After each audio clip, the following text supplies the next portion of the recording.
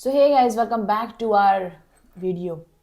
तो भाई आज हम आपको वीडियो में दिख रहे हैं। आज एक स्टिल वीडियो होने वाली है क्योंकि भाई पिछले दिनों हमारी ज़िंदगी में काफ़ी कुछ बीता है, काफ़ी कुछ गुजरा है।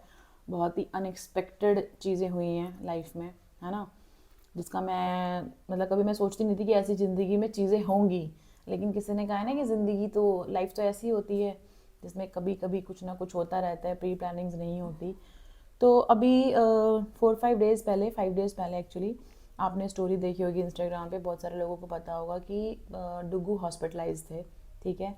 और एक्चुअली हमारे घर में ना पिछले 3 महीनों से आपको पता है कि काफ़ी ज़्यादा चीज़ें चल रही हैं।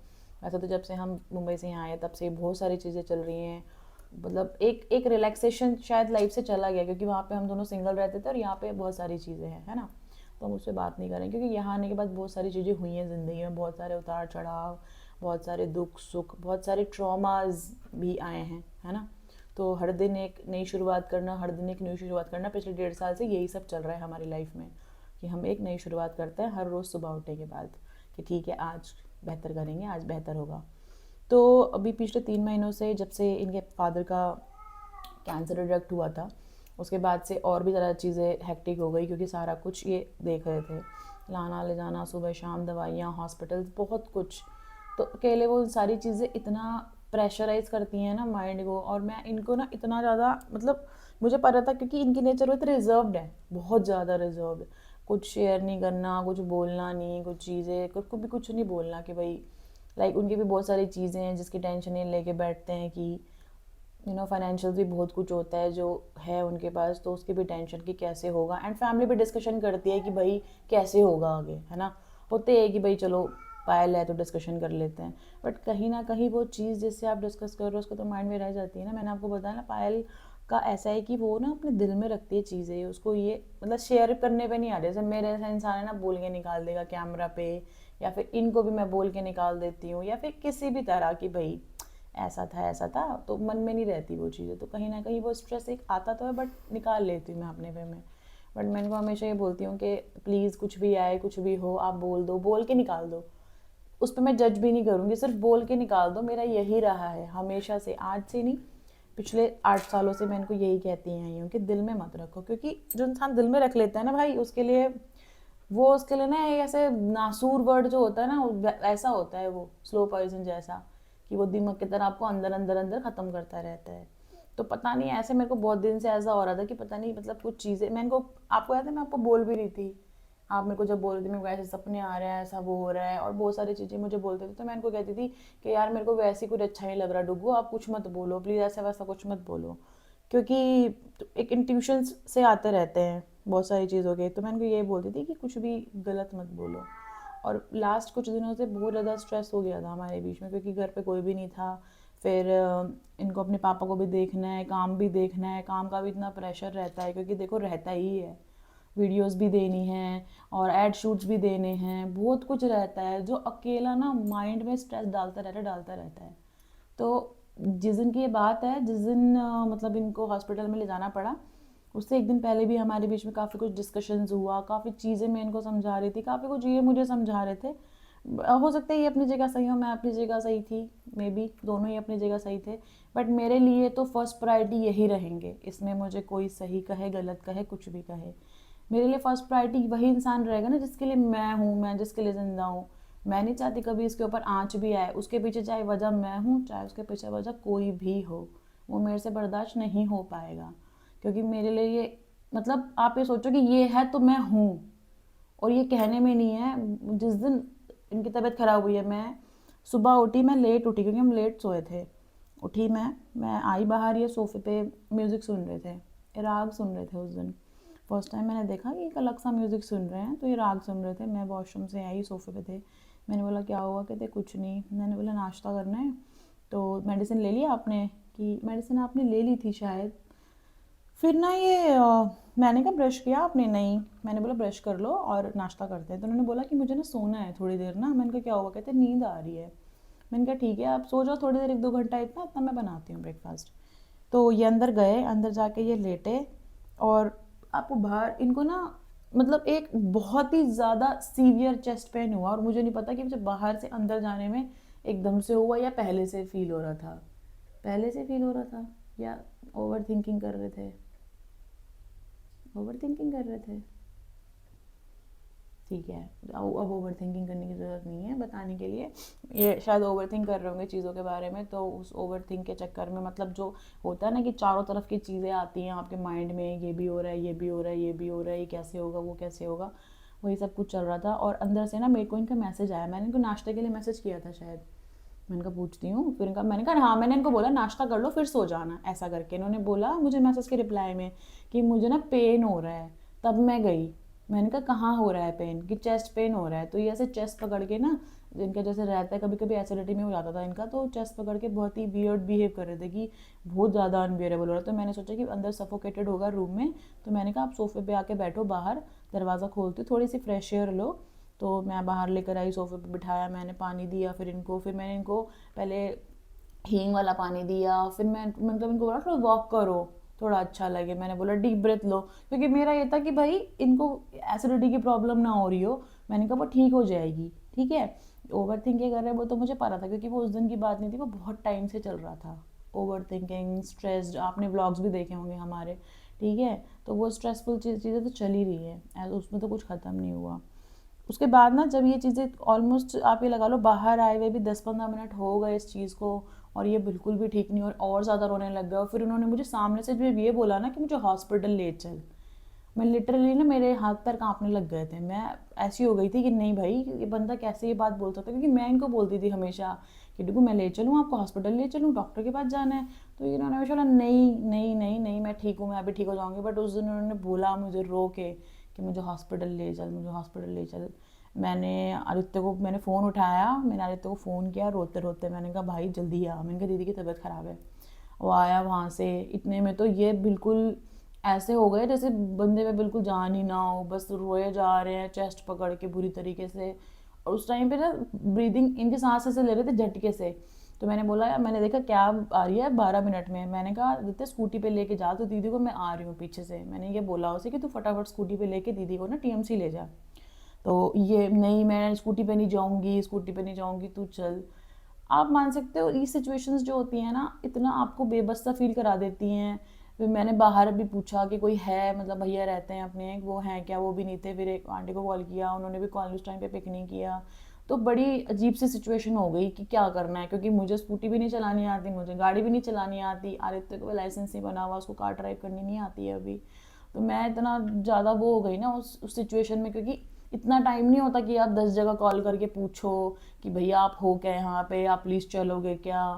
फिर मैंने कैब ही, मतलब आदित्य ने अपने फ़ोन से कैब ही बुक की, वो 12 मिनट में कैब आई है। एंड वो 12 मिनट ऐसे कटे हैं ना कि भाई वो बेचारा इनके चेस्ट मल रहा है, कभी हाथ दबा रहा है, कभी पैर दबा रहा है। ये सिनेरियो था उस टाइम का कि मैं बस ये थी कि मैं इनको नॉर्मल करना चाह रही थी कि 2 मिनट रुको डुगू, कैब आ रही है, अभी चलते हैं, बस चलते हैं।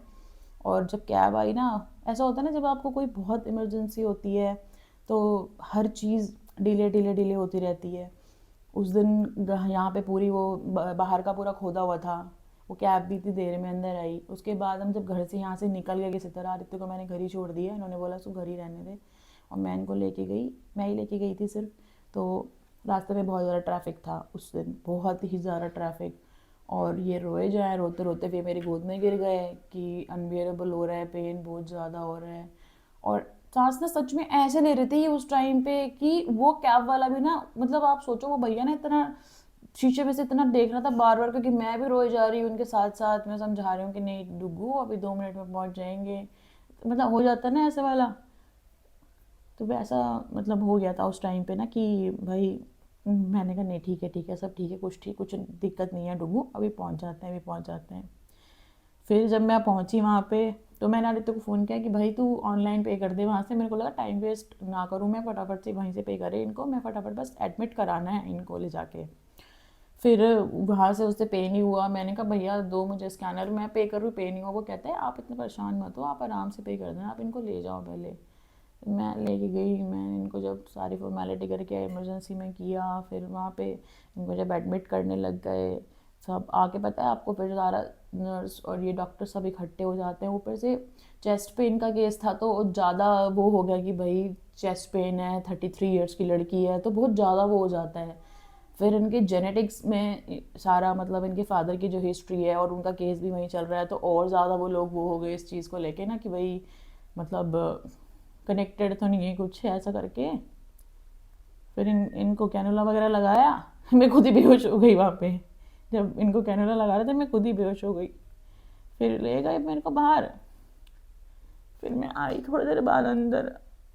फिर मैंने आदित्य को फ़ोन किया। मैंने कहा भाई मेरे को मुझे लगा कि मैं इतनी वीक कैसे पड़ रही हूँ कि मेरे से नहीं हो पा रहा, देखना मैं तो सुई लगते भी नहीं देख पा रही इसे। फिर मैंने उसे फ़ोन किया कि तू आ जा, कि मुझे लगा मैं नहीं संभाल पाऊँगी। मैंने कहा तू आ जा। उतने में मैं अंदर चली गई इनके पास ना। जब ऑलमोस्ट 15 मिनट्स हो गए हैं, उन्होंने मेरा बीपी वगैरह चेक किया। मेरा बीपी ड्रॉप हो गया था उस टाइम पे। पानी वगैरह पिलाया और फिर मैं अंदर गई इनके पास। तो मुझे बोलते तू तू बाहर ही रह। मैंने कहा नहीं मैं इधर ही रहूँगी। फिर उनको ट्रीटमेंट वगैरह दिया। वहीं पे थी मैं पूरे दिन। फिर मैं आदित्य को फ़ोन करके बोला कि तू अभी वहीं रह। वो भी मतलब भूखे प्यासा बैठा था पूरे दिन। बस पूछा था इनके बारे में कि दीदी ठीक है, दीदी को क्या बोला है, क्या मतलब हो रहा है, ऐसे करके। और फिर पूरी डॉक्टर्स की टीम सारी आई। फिर हार्ट स्पेशलिस्ट आया। उनके सारे टेस्ट किए उसी टाइम पे। फिर मेरे को भेज दिया उन्होंने वहाँ से सारे टेस्ट करा के। एडमिशन कराने मुझे भेज दिया। एडमिट करा के फिर इमरजेंसी में मिलने तो देते नहीं है वहाँ पे, बाहर बैठे रहो। फिर मैं बाहर ही बैठी थी, वहीं से पूछ रही थी कि वार्ड में शिफ्ट कर रहे हैं क्या, क्या बोला है डॉक्टर ने, क्या रिपोर्ट्स आई हैं। तब तक रिपोर्ट्स नहीं आई थी इनकी कोई भी ना, कुछ भी रिपोर्ट्स नहीं आई थी। बट जब मैं शाम का टाइम गई वहाँ पे तो उन्होंने अपने जो फाइल बनाते हैं उन्होंने उसमें एंजाइमा डिटेक्ट किया था। मैंने उसको सर्च किया तो, और मैंने वहाँ पे नर्सिंग स्टाफ से पूछा कि क्या प्रॉब्लम क्या आई है, इतना इतना सीवियर चेस्ट पेन क्यों हो रहा है, क्योंकि एसिडिटी का तो अब तक अगर था तो हो जाना चाहिए था नॉर्मल करके। तो मैंने उन्होंने नहीं बताया एंजाइमा के बारे में। मैंने उनकी फ़ाइल पे रीड किया, इनकी फ़ाइल पे मैंने सर्च आउट किया। उसमें बहुत सारी चीज़ें थी, हार्ट पे प्रेशर, स्ट्रेस, ब्लॉकेज का भी दिया हुआ था उन्होंने उसमें, मतलब जो मैंने पढ़ा उसमें। तो फिर भी मैं नॉर्मल थी कि नहीं ठीक है सब, कुछ नहीं है। मुझे पता था स्ट्रेस बहुत लिया है, कुछ नहीं है। फिर मैं बाहर बैठी रही वेटिंग एरिया में कि अनाउंसमेंट करेंगे, कुछ रिक्वायरमेंट होगी। और मैं बार बार जाके पूछ रही हूँ कि ठीक है ना, वो एक बार देखो, एक बार मुझे जाने दो अंदर। कितनी बार तो मैं बिना टाइमिंग के अंदर गई हूँ उनसे मिलने। फिर मैं शाम को आदित्य आया, मैं घर आई उसके साथ। इन्होंने मुझे मना कर दिया है कि तेरे को मेरी कसम है रुकना नहीं है, इमरजेंसी में मैं रहूँगी, तुझे बाहर वेटिंग एरिया में बैठना पड़ेगा पूरी रात, तू डरेगी, तू घर रह वरना मुझे और टेंशन होगी, ऐसे ऐसे करके इन्होंने मुझे भेज दिया। फिर मैं अगली मॉर्निंग में 1 बजे सोए थे हम लोग। मेरे को नींद ही नहीं आ रही थी क्योंकि कभी 7 ईयर्स में ऐसा कभी हुआ ही नहीं है कि मैं मतलब इनके बिना सोऊं या फिर मुझे ऐसा लगे कि मुझे इसके बिना रहना है। तो मैं आ रही थी ना, बाहर बैठे थे सोफे पे उस दिन, तो बाहर से ना किसी की आवाज़ आई ऐसे मतलब बच्चों की। तो मुझे और आदित्य को सेम टाइम पे ऐसे क्लिक हुआ। तो मैंने भी उसको यही बोला कि ऐसा लग रहा है कि अभी दीदी बाहर से आएगी, मतलब कि हाँ हम बैठ के बातचीत करेंगे और मस्त अपन जाएंगे अंदर लेटने। क्योंकि हमारा तीनों का यही था कि रात को बैठते थे खाना वाना खा के सोफे पे, मतलब हंसी मजाक करना ये सब करना। तो वो भी टेंस था, मेरे साथ बैठा था कि कोई बात नहीं दीदी टेंशन मतलब ठीक हो जाएगी। मैंने बोला हाँ भाई हो जाएगी ठीक, कोई दिक्कत नहीं है, ठीक तो होना ही है। फिर हम 1 बजे सोए थे, वो मेरे साथ ही था यहाँ पे। बच्चे भी सारे उस दिन इतना, किसी ने खाना भी नहीं खाया, किसी बच्चे ने खाना भी नहीं खाया, जितने दिन हॉस्पिटल थे किसी ने रोटी नहीं खाई यहाँ पे। फिर सुबह 3 बजे सुबह 3 बजे आँख खुल गई। फिर मैं सुबह 6 बजे 6:30 बजे हॉस्पिटल चली गई थी क्योंकि टाइमिंग 7:30 का होता है। फिर मैं इनसे मिलने गई, वहाँ पे मिली मैं डॉक्टर्स तो नहीं मिली, नर्सेज वगैरह से ही मिली। तभी भी इनके उस नाइट भी इनके चेस्ट पेन हुआ था। फिर इनके और टेस्ट किए, एक्सरे वगैरह भी किए। तो यही सब चलता रहा 2 दिन। तो इनको इमरजेंसी में ही रखा। शाम को इनको वार्ड में शिफ्ट किया। वहाँ पे वहाँ पे तब ये थोड़ा नॉर्मल थे, बट तभी भी इनको साइकाट्रिस्ट भी मिलने आए, इनको गायनो भी मिलने आई, हार्ट स्पेशलिस्ट भी मिलने आया, इनको सारे डॉक्टर्स मिलने आए कि भाई क्या चीज़ें हैं। दुनिया भर के टेस्ट करा दिए इनके।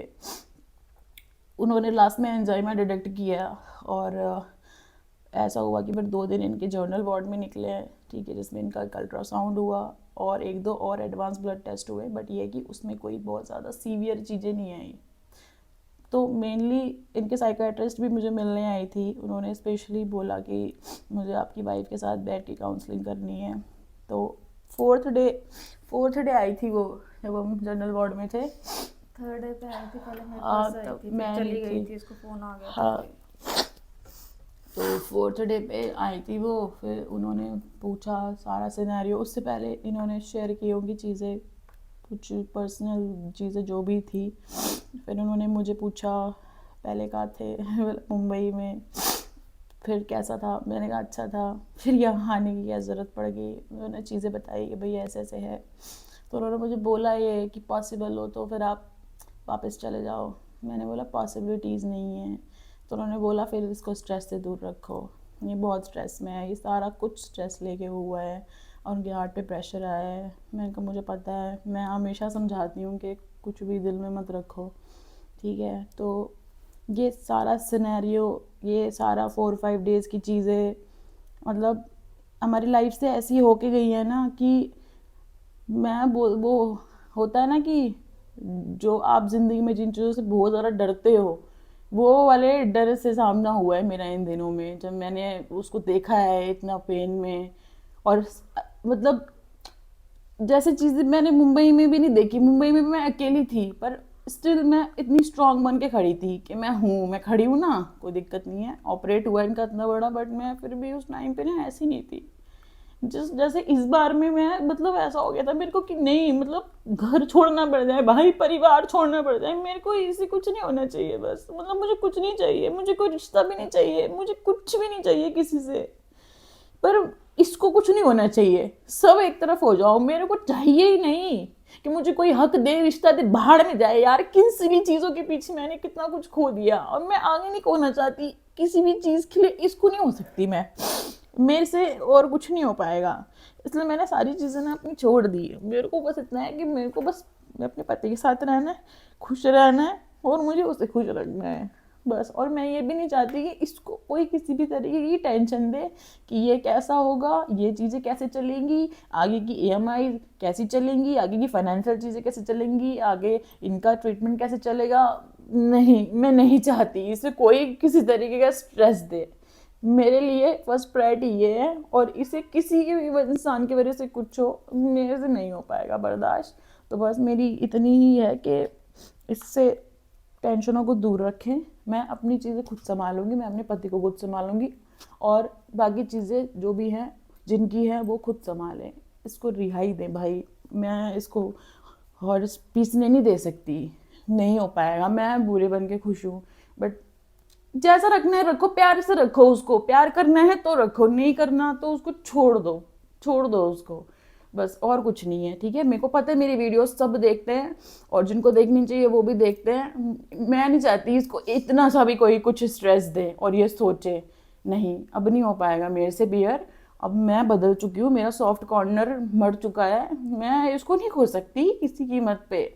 मैं सब कुछ खो सकती हूँ, मैं ऐसे नहीं खो सकती, सब कुछ चला जाए, इसको नहीं होना चाहिए कुछ बस।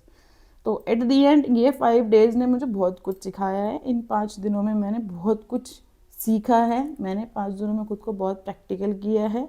इनको मैंने बिल्कुल फ्री रखा है अपनी तरफ से कि ये बिल्कुल फ्री हैं अपने रिश्तों के लिए, अपनी चीज़ों के लिए। मेरी तरफ से कोई बाउंडेशंस नहीं है, कोई फ्रस्ट्रेशन नहीं है मेरी किसी चीज़ को लेके, सब कुछ मैं इधर कर चुकी हूँ। बस ये खुश रहें, हर चीज़ भी, बस ये इंसान खुश रहना चाहिए, दैट्स इट। मेरे लिए वही मैटर करता है और एट दी एंड आपके लिए भी ये मैटर करता है कि मैं खुश रहूँ, है ना। तो हमने अपनी अपनी खुशी डिसाइड कर लिया दोनों ने, ठीक है। अलग अलग नहीं हो रहे, टेंशन मत लो। अब ऐसे ही ठीक है अभी। बस इसका अभी डुगू का एक टेस्ट पेंडिंग है जो उस टाइम पे हुआ नहीं था। इनका एक स्ट्रेस इको पेंडिंग है जो डॉक्टर ने रिकमेंड किया था कि कराना ही है आपको ये, बट इन्होंने 5th डे बोला कि मुझे मतलब डिस्चार्ज चाहिए हॉस्पिटल से। मैं थोड़ा फेडअप फील कर रही हूँ, मुझे घर जाना है। तो मैंने फिर बोला डॉक्टर को कि आप प्लीज़ डिस्चार्ज दे दो, हम टेस्ट OPD से करा लेंगे बाद में, मतलब 1-2 दिन में करा लेंगे। तो आज तो नहीं, कल या परसों में मैं इनका टेस्ट करा लूँगी वो वाला, और होपफुली उसकी भी सारी रिपोर्ट्स ठीक आएंगी। और अभी मेनली मैंने आपको बता दिया कि क्या चीज़ें हुई थी। हो सकता है कि बहुत ओपनली ना बताया हो, लेकिन आप लोग बहुत समझदार हो, आप लोग हमें पिछले इतने सालों से देख रहे हो, आपको सब कुछ पता है, अच्छा बुरा ये वो सब कुछ। बस मैं इतना ही चाहती हूँ कि मुझे कोई भी चीज़ नहीं चाहिए सिवाय इसके सही रहने के, और ना मेरे लिए कुछ भी इम्पोर्टेंट है सिवाय इसके सही और खुश रहने के, ठीक है, बस दैट्स इट। तो अभी मैं नहीं चाहती ज़िंदगी में कभी ये चीज़ दोबारा आए, कभी भी नहीं। मैं स्ट्रॉन्ग हूँ, सब कुछ संभालने के लिए स्ट्रॉन्ग हूँ मैं, सब कुछ। मैं इसको पेन में नहीं देख सकती, कुछ भी हो जाए, चाहे ना अपनी अपनी किसी गलती की वजह से भी नहीं, ऐसा नहीं कि कोई और वजह हो, मैं अपनी अब मेरी वजह से भी अगर कुछ है ना तो नहीं, मैं खुद को भी माफ़ नहीं करूँगी अगर मेरी वजह से कुछ हो। तो अगर किसी को लगता हो कि भाई मेरा बहुत ओवर है, ये करती है वो करती है, हाँ मैं तो करती हूँ भाई, मैं तो करती हूँ, मेरी सांस से ज़्यादा ये है मेरे लिए, मेरा दिल जिधर धड़कता है ना उससे कहीं ज़्यादा ये है मेरे लिए, मैं उन सबके बिना रह लूँगी, मैं खुद जाना पसंद करूँगी, पर इसे कुछ नहीं होना चाहिए, ठीक है। तो ये तो कुछ बोलेगी नहीं है, कुछ नहीं बोलती, ये डॉक्टर ने बोला था इसे बोलना चाहिए, साइकेट्रिस्ट ने भी बोला था कि आप बोला करो, आप शेयर किया करो ना, आपकी मेरी तारीफ कर रही थी, पता है जो वो थी ना बाबू साइकेट्रिस्ट थी ना, जो बोल रही थी आपकी तो इतनी अच्छी पार्टनर है, आप जो शेयर क्यों नहीं करते, लेकिन डुग्गू नहीं बता सकती कि काली माता का रूप धारण कर लेती है नहीं बता सकता ना, तो गाइस को तो अच्छा बता दो तो आप अभी ठीक हो बिल्कुल। बता अच्छे बता दे। ठीक हूँ मैं। कैसे वाला? हंस तो देनी हो आप, कैसे ठीक हो आप? हंस तो रही हूँ। नहीं, गाइस से ऐसे नहीं मिलना, गाइस अपनी फैमिली है, गाइस से प्यार से मिलना है, अच्छे से बताना है उनको कि आप बिल्कुल एकदम ठीक हो। सब ने आपकी हेल्थ के लिए बहुत प्रेयर्स की है कि अब ठीक हो जाओगे, भगवान जी से प्रेयर्स भी किए हैं कि आप ठीक हो जाओगे। ठीक हूँ मैं एकदम। ठीक हो? स्माइल करके बोलो पहले, तभी गाइस को भरोसा होगा। गाइस को भरोसा हो गया। नहीं अभी नहीं हुआ, अभी तो नहीं कुछ ऐसे पेन लोगे आप, स्ट्रेस तो नहीं लोगे आप किसी बात का। अब दोनों भाई घूमी जाएंगे, ठीक है। तो कुछ सोचना मत किसी भी बारे में, किसी भी चीज़ के बारे में कुछ मत सोचना, ठीक है। अगर मैं भी कभी कुछ बोलूँ तो मुझे डांट देना कि देख बाबू इससे मुझे स्ट्रेस होगा, ठीक है। बस कहता हूँ, ठीक है, ठीक है। ये अपना भरत मिलाप की वीडियो यही थी बस। गाइस को बाय। मैं लोया भी नहीं था इतने दिन से ना, इस बातों को लेके मैं नॉर्मल हो गया था फिर, पर जब इसकी कैनुला चेंज करते थे ना, यहाँ इसके जिप लगाते थे तो मुझे लोना आता था बहुत ज़्यादा। सिंदूर भी लगा लिया आपने अपनी गाल पे दीता। चल गाइस को बाय कर दे। उसको दो गाइस को बाय। तो गाइस इसी के साथ आज का वीडियो हम एंड करेंगे, आपसे मिलेंगे नेक्स्ट वीडियो में। जो हॉस्पिटल वाली हमने कुछ वीडियोस बनाई थी, मैंने शूट की थी थोड़ी मैंने भी की थी कुछ, तो वो मैं नेक्स्ट वीडियो में दिखाऊंगी आपको, ठीक है। चलो tata bye bye, good night. बाबूजी आपने बिल्कुल टेंशन नहीं लेगा सच में, मेरे को भूख लगी है। हाँ मैं बना लाऊं, पर तू टेंशन नहीं लेगा कुछ भी, ठीक है। सच बता। चल मेरी बाबू, मेरी बाबू है तू प्यारी प्यारी, मैं रोटी को पका पाएगी, रोटी बना दूं? पुलाव खाने का मन कर रहा है। पुलाव खाएगा? पुलाव बना देता हूँ बाबूजी।